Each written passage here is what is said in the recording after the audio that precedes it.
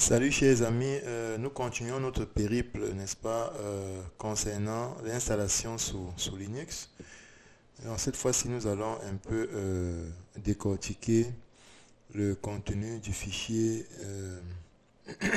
tant pour moi, qui permet de référencer les répertoires dans lesquels nous allons donc pouvoir prendre nos paquets.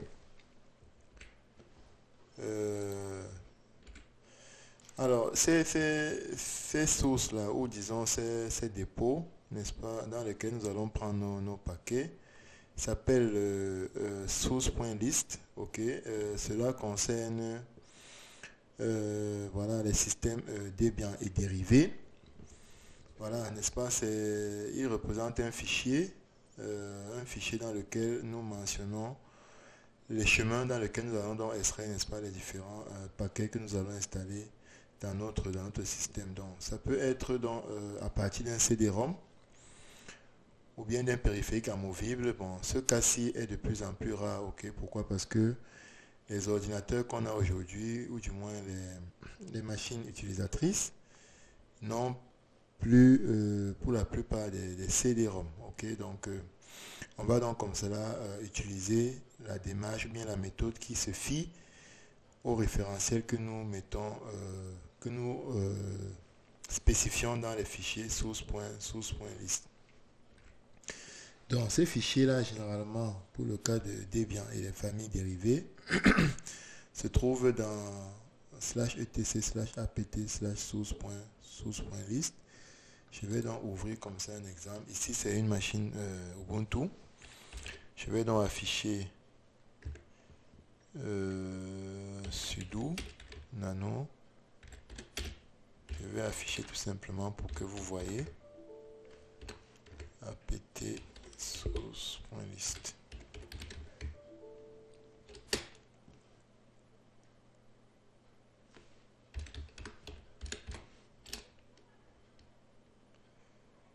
Mot de passe.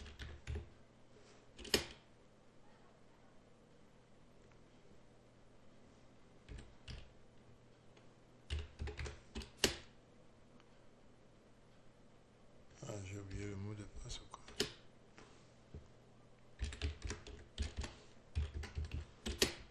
Ok, donc là, ici, vous voyez bien que voilà dans le contenu de ce fichier-là, et voilà à quoi ça ressemble, quoi. Ok, vous voyez par exemple ici dev HTTP, voilà, on va voir à quoi ça renvoie tout à l'heure.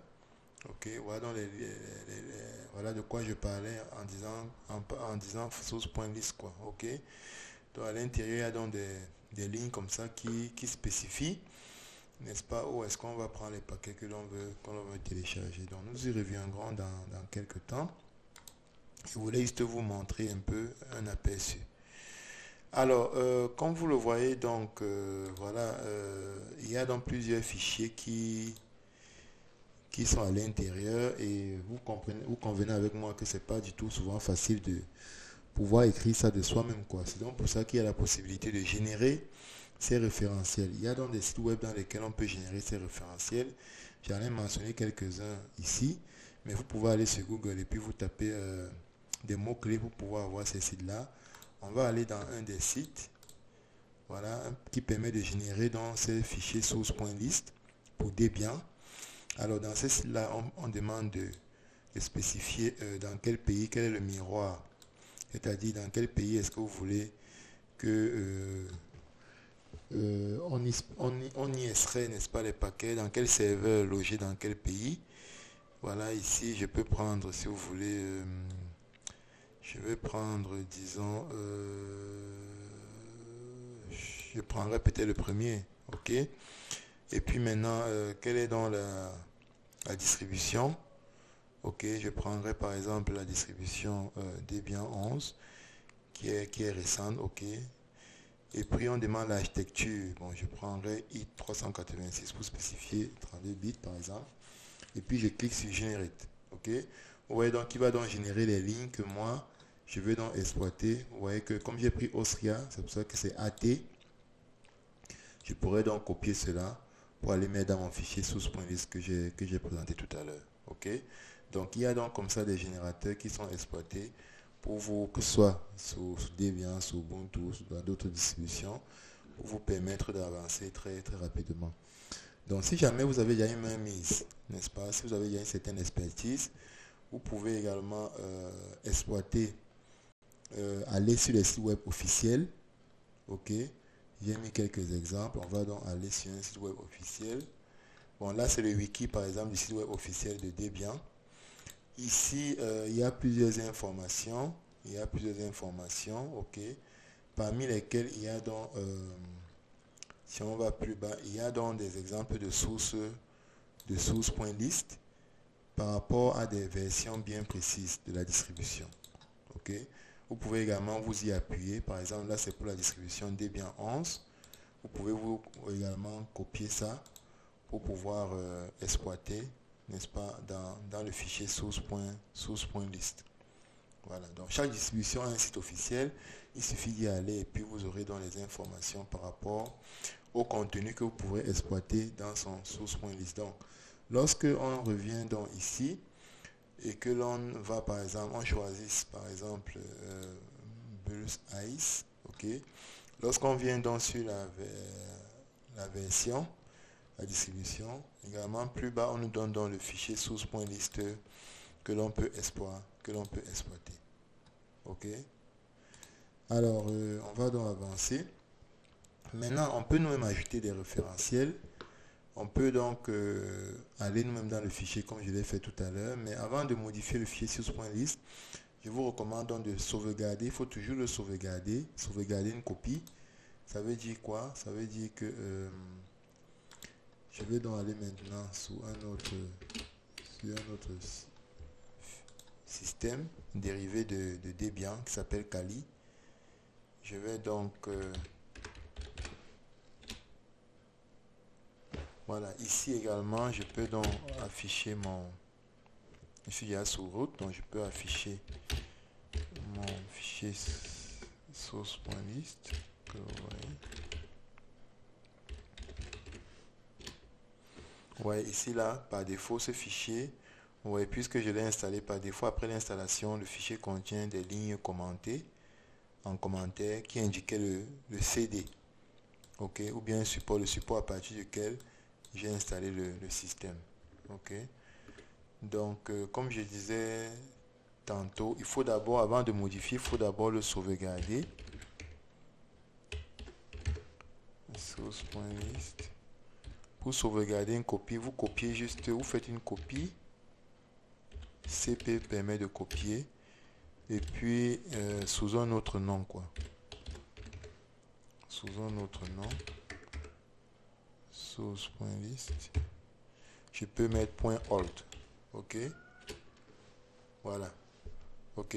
Là, je peux modifier le fichier original, sachant que j'ai fait une copie sous un autre nom. Et si jamais plus tard j'ai un problème, je peux réutiliser la copie que j'avais sauvegardée, quoi. Ok. Donc c'est très important. Il faut toujours faire une copie dans un fichier d'un autre nom pour pouvoir prévoir les cas éventuels. Donc, et maintenant dans le fichier source.list, il faut toujours ajouter les référentiels d'une distribution de version supérieure. Ça c'est important, quoi. Ok, parce que sinon vous allez vouloir installer des paquets qui sont des versions inférieures à ceux qui existent sur le système. Ça va créer des conflits. Donc maintenant, vous pouvez également ajouter comme une ligne dans votre fichier source.list comme le CD-ROM. Ok, vous faites sudo apt cd-rom add et puis il va donc ajouter cette ligne là. Ok, donc si je fais sudo apt cd-rom add, bon, j'ai plus besoin de faire sudo ici parce que ici j'ai en mode super utilisateur. Ok, là il va essayer d'ajouter dans le point de montage CD-ROM. Il demande donc d'insérer un CD-ROM dans le lecteur, quoi. Ok, bon, ça je peux pas le faire puisque voilà, mon système ou bien ma machine n'a pas de lecteur CD-ROM. Ok, mais s'il y a un lecteur CD-ROM, vous ajoutez dans le CD sur lequel est gravé votre système et puis automatiquement la ligne sera ajoutée dans votre fichier source.list. Voilà, un peu comme ici, comme l'image présente. Alors, prenons donc maintenant un exemple de contenu du fichier source.list. Là, c'est un exemple. Ça, c'est la structure générale, n'est-ce pas?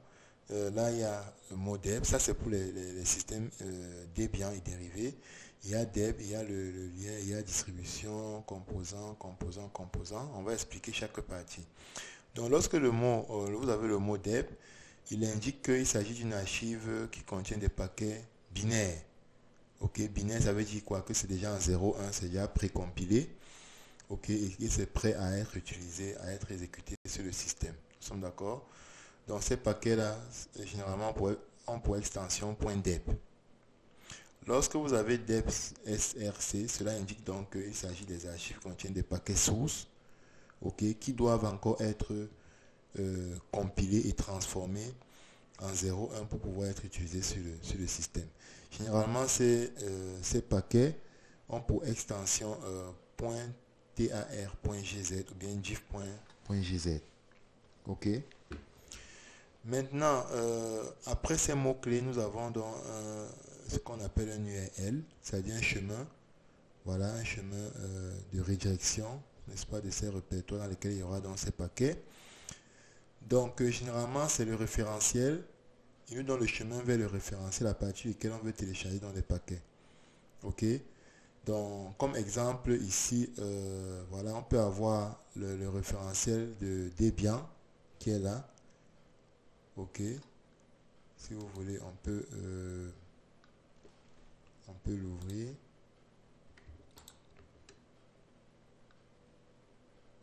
On peut l'ouvrir.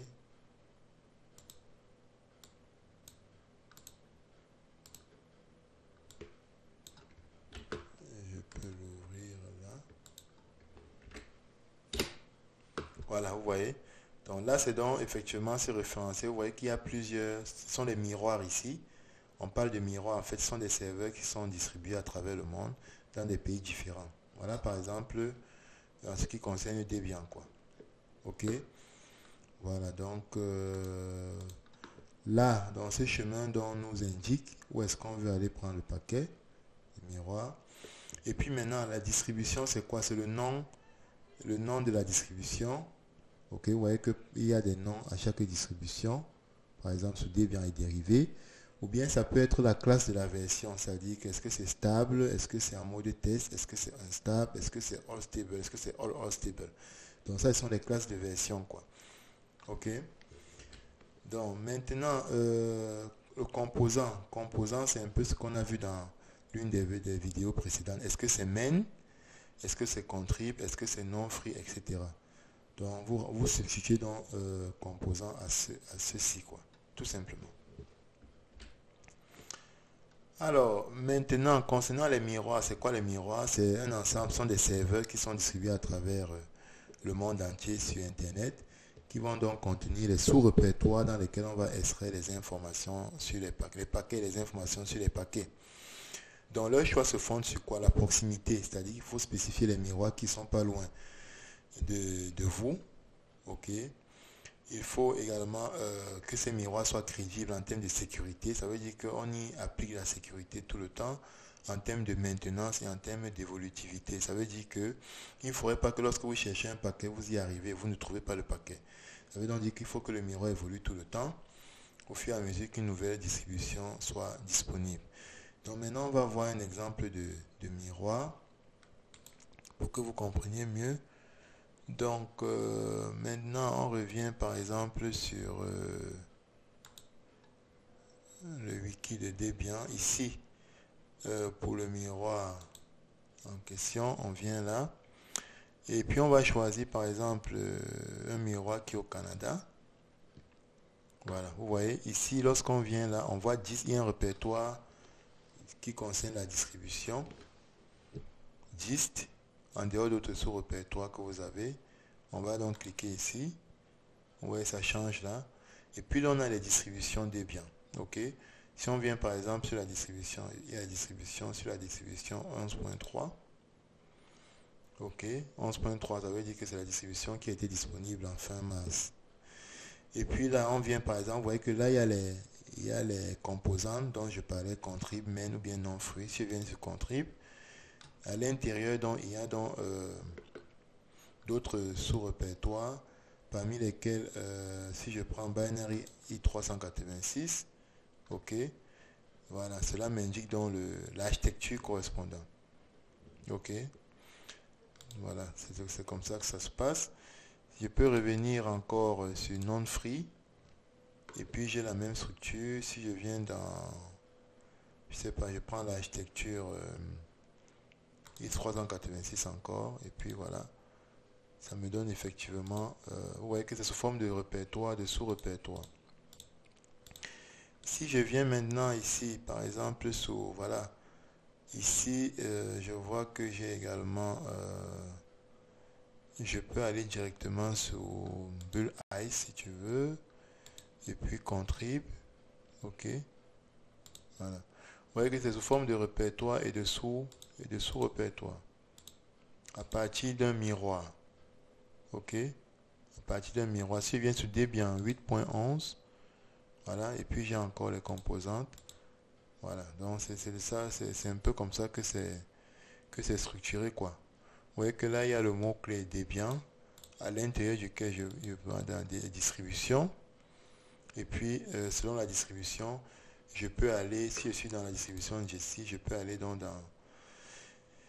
les composantes. Et puis, à l'intérieur, je peux avoir le lien donc, pour aller dans pour pouvoir avoir les paquets que je veux extraire. OK? Donc, voilà un peu ce que je voulais vous présenter concernant la partie sur source.list. Il y a quelques exercices. Vous pouvez prendre la peine de faire dans ces exercices-là. Et dans la description, il y aura donc un lien pour pouvoir déposer les corrections de vos exercices. J'ose croire que je vous ai fourni assez d'informations. N'oubliez pas de cliquer sur like si vous avez aimé ou bien de vous enregistrer sur ma chaîne. À très bientôt pour une autre vidéo.